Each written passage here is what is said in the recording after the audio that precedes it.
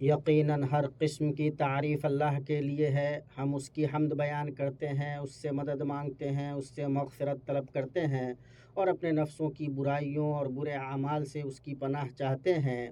جسے اللہ ہدایت دے اسے کوئی گمراہ کرنے والا نہیں، اور جسے وہ گمراہ کر دے اسے کوئی ہدایت دینے والا نہیں۔ میں گواہی دیتا ہوں کہ ایک اللہ کے سوا کوئی معبود برحق نہیں، اس کا کوئی شریک نہیں، اور میں گواہی دیتا ہوں کہ محمد اس کے بندے اور رسول ہیں۔ درود و سلام نازل ہو آپ پر، آپ کے آل و اصحاب پر، اور بہت زیادہ سلامتی ہو۔ اللہ تبارک و تعالیٰ کا فرمان ہے، اے لوگو جو ایمان لائے ہو، اللہ کا کما حقہ تقوی اختیار کرو، تم کو موت نہ آئے مگر اس حال میں کہ تم مسلم ہو۔ اما بعد،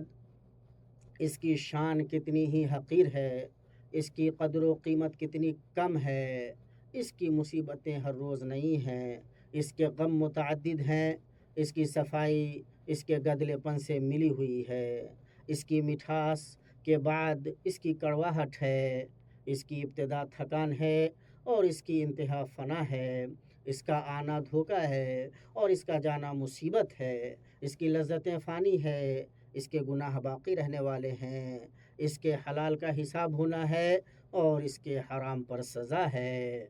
یہ دنیا ہے جلد فنا ہونے والی، قریب ختم ہونے والی، اس کی آبادی ویران ہوتی ہے، اس کے باشندے مرتے ہیں، اس کی رونق ختم ہوتی ہے، اس کی مسرت تباہ ہوتی ہے، اس کی شادابی برباد ہوتی ہے۔ اس کے باوجود کتنے زیادہ لوگ اس کی طرف مائل ہوتے ہیں اور اسے چاہتے ہیں، اسے رضامند کرنے کے لیے اپنے نفس کو بیچ دیتے ہیں، اس کی خواہشات کے سمندر میں غرق ہوتے ہیں، صرف اسی کے لیے جیتے ہیں اور اس کے ماں بعد کا انتظار نہیں کرتے۔ ایسے لوگ سدا غم اور ہمیشہ تکان میں رہتے ہیں۔ دینی بھائیوں، کتاب و سنت کی نصوص نے ہمارے لیے اس فانی دنیا کی کافی شافی وضاحت کی ہے۔ اللہ تعالیٰ اس کی شان کو گھٹانے کے لیے اور اس کے معاملے کو حقیر بتانے کے لیے فرماتا ہے، خوب جان رکھو کہ دنیا کی زندگی صرف کھیل تماشا، زینت اور آپس میں فخر و غرور اور مال و اولاد میں ایک کا دوسرے سے اپنے آپ کو زیادہ بتلانا ہے۔ جیسے بارش اور اس کی پیداوار کسانوں کو اچھی معلوم ہوتی ہے، پھر جب وہ خشک ہو جاتی ہے تو زرد رنگ میں اس کو تم دیکھتے ہو، پھر وہ بالکل چورا چورا ہو جاتی ہے، اور آخرت میں سخت عذاب اور اللہ کی مغفرت اور رضامندی ہے، اور دنیا کی زندگی بجز دھوکے کے، سامان کے اور کچھ بھی تو نہیں۔ اور فرماتا ہے، لوگوں اللہ تعالیٰ کا وعدہ سچا ہے، تمہیں زندگانی یہ دنیا دھوکے میں نہ ڈالے اور نہ دھوکے باز شیطان تمہیں غفلت میں ڈالے۔ اور اس سلسلے میں اللہ کے نبی صلی اللہ علیہ وسلم کا یہ قول وارد ہوا ہے، اگر دنیا اللہ کے نزدیک ایک مچھر کے پر کے برابر بھی ہوتی تو وہ اس میں سے کافر کو ایک گھونٹ پانی نہیں پلاتا۔ اور آپ صلی اللہ تعالیٰ علیہ وسلم کے بارے میں آیا ہے کہ آپ صلی اللہ علیہ وسلم حقیر سے کانوں والے مرے ہوئے میمنے کے پاس سے گزرے، آپ صلی اللہ علیہ وسلم نے اسے کان سے پکڑ کر کے اٹھایا، پھر فرمایا،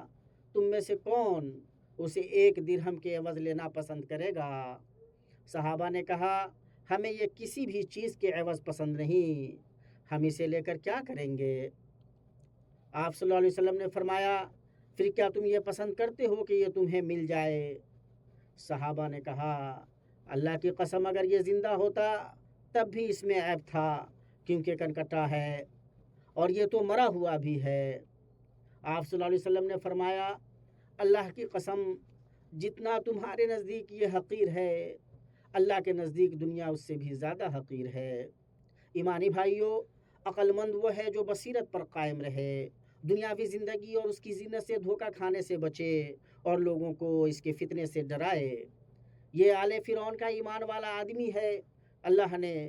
اس کے بارے میں ذکر کیا کہ اس نے کہا، اے میری قوم،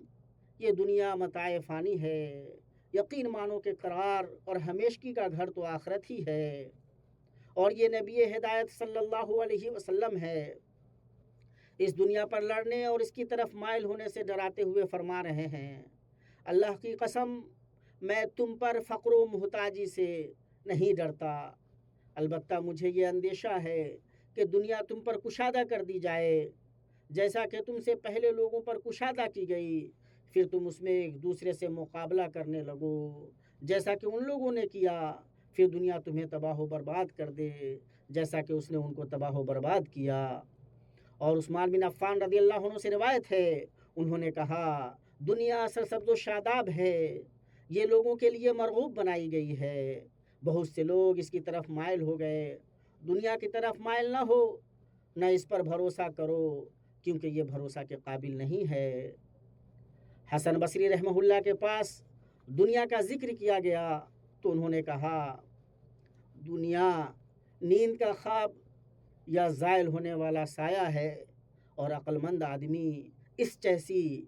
چیز سے دھوکہ نہیں کھاتا۔ اللہ کے بندو، لوگوں میں ایسے بھی ہیں جن کے دل میں دنیا مستحکم ہو گئی ہے، ان کے جذبات و عقل پر چھا گئی ہے، وہ اس کی شہوتوں میں ڈوب گئے ہیں اور اس کی وادیوں میں ہلاک ہو گئے ہیں۔ یہ وہ لوگ ہیں جنہیں اللہ نے اپنے اس قول کے ذریعے بیان کیا ہے، چنانچہ فرمایا انہیں دنیا نے دھوکے میں ڈال دیا، اور فرمایا وہ دنیاوی زندگی سے خوش ہو گئے، اور فرمایا وہ دنیاوی زندگی سے راضی ہو گئے اور اس پر مطمئن ہو گئے۔ ان باتوں سے یہ واضح ہو گیا کہ قصد و ارادہ اور جزا میں دنیا کے لوگوں کی دو قسمیں ہیں۔ اللہ تبارک و تعالیٰ کا فرمان ہے، جس کا ارادہ آخرت کی کھیتی کا ہو ہم اسے اس کی کھیتی میں ترقی دیں گے، اور جو دنیا کی کھیتی کی طلب رکھتا ہو ہم اسے اس میں سے ہی کچھ دے دیں گے۔ ایسے شخص کا آخرت میں کچھ حصہ نہیں۔ میں اپنی یہ بات کہتا ہوں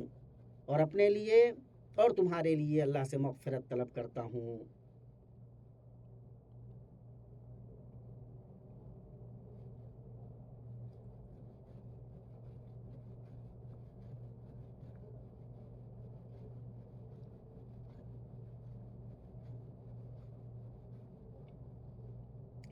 تمام تعریف اللہ کے لیے ہے جس نے دنیا کو آزمائش کی جگہ اور آخرت کو بدلے کا گھر بنایا۔ میں گواہی دیتا ہوں کہ ایک اللہ کے سوا کوئی معبود حقیقی نہیں، اس کا کوئی شریک نہیں، اور میں گواہی دیتا ہوں کہ محمد اس کے بندے اور رسول ہیں، جنہوں نے فرمایا دنیا میں ایسے رہو جیسے کوئی اجنبی یا مسافر، اللہ ان پر، ان کے آل و اصحاب پر درود و سلام نازل فرمائے۔ اما بعد، اللہ کے بندو، مومن کے لیے ضروری ہے کہ اس کی دنیا کے بارے میں نظر متوازن اور مکمل ہو۔ چنانچہ دنیا سے بے رغبت کرنے والی حقیقت کو پہچاننے کا مطلب یہ نہیں کہ انسان رہبانیت اختیار کر لے، زندگی سے کٹ جائے، کام کاج چھوڑ دے یا ان چیزوں کو حرام کر لے جنہیں اللہ نے حلال کیا ہے، کیونکہ مومن کو زمین آباد کرنے کا حکم دیا گیا ہے اور اس کے لیے پاکیزہ رزق سے فائدہ اٹھانا مباح ہے۔ اس سے مطالبہ کیا گیا ہے کہ وہ حلال روزی حاصل کرنے کی کوشش کرے اور شرعی حدود کے اندر رہ کر بغیر اسراف اور تکبر کے اس سے نفع اٹھائے۔ اسی طرح دنیا سے مومن کی بے رغبتی اسے اس بات کی دعوت دیتی ہے کہ وہ دنیا میں اصلاح کا کام کرے، توحید، ایمان اور سنت کو پھیلائے اور شرک، برائی اور فتنہ کا مقابلہ کرے۔ دنیا کی مذمت میں جو نصوص وارد ہوئی ہیں ان کا مقصد زندگی، زمین یا زمانے کی مذمت نہیں ہے، بلکہ در حقیقت دنیا میں کیے جانے والے برے اعمال، نافرمانی اور رحمان کی اطاعت سے غفلت کی مذمت ہے۔ ابن قیم رحمہ اللہ فرماتے ہیں دنیا حقیقت کے اعتبار سے مذموم نہیں، بلکہ مذمت تو بندے کے ان اعمال کی ہے جو وہ دنیا میں انجام دیتا ہے، ورنہ دنیا تو آخرت کی بنیاد اور اس کی کھیتی ہے۔